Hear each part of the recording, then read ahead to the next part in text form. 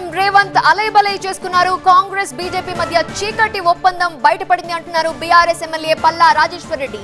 రేవంత్ వ్యాఖ్యలతో ఈ విషయం తేలిపోయింది అన్నారు.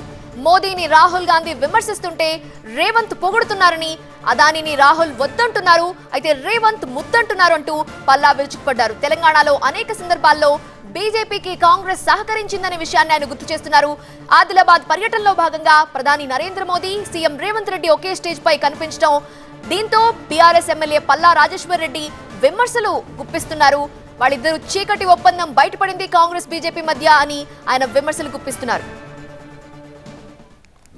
సీఎం రేవంత్ రెడ్డి గారు మాట్లాడుతూ, ప్రధాన మోడీ గారు నా యొక్క పెద్దన్న, నేను బడేబాయ్, మాకు బడేబాయ్ అని చెప్పారు, వారు చోటేబాయ్ అని చెప్పారు.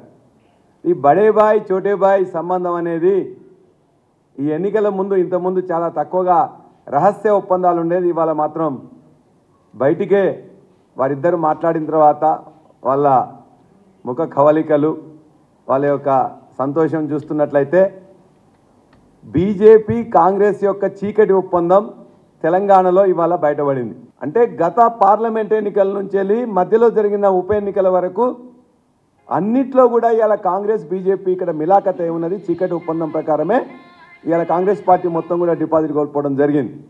ఈనాడు జరుగుతున్న మున్సిపాలిటీలు కానీ లేక కేంద్ర ప్రభుత్వంతో వాళ్ళ యొక్క తాల్మేల్ చూసినట్లయితే వారు చెప్పింది బడేబాయ్ చోటేబాయ్ బాగా ఉన్నది. ప్రజలందరూ కూడా, తెలంగాణ ప్రజలు కూడా ఇవాళ అర్థం చేసుకుంటూ ఉన్నారు.